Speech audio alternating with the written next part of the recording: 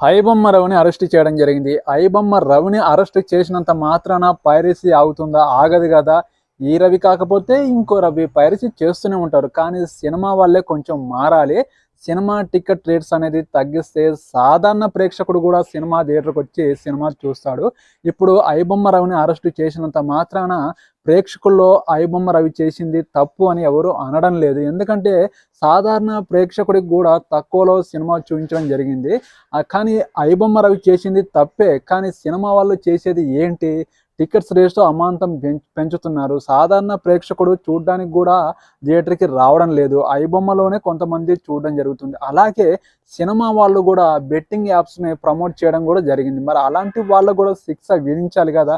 ప్రతి ఒక్కరికి శిక్ష అనేది విధించాలి. సాధారణ వాళ్ళకి అంటే మధ్య తరగతి వాళ్ళకి ఎలా చేస్తారో డబ్బున్న వాళ్ళకి కూడా అలాంటి శిక్ష వేయాలి. ఇప్పుడు ఐబొమ్మ రవికి శిక్ష వెయ్యండి. కానీ మీరు ఒక్కసారి గుర్తు తెచ్చుకోండి. ఈ ఐబొమ్మ రవి చాలామంది మధ్య తరగతి వాళ్ళకి సినిమా తక్కువలో చూపించడం వల్ల ఐబొమ్మ రవి చేసింది తప్పు అనడం లేదు. కానీ సినిమా వాళ్ళు మారాలి. సినిమా వాళ్ళు టికెట్స్ రేట్ అనేది తగ్గిస్తే సాధారణ ప్రేక్షకుడు కూడా సినిమా థియేటర్‌కి వచ్చి సినిమా చూస్తాడు. మరి మీరేమంటారు?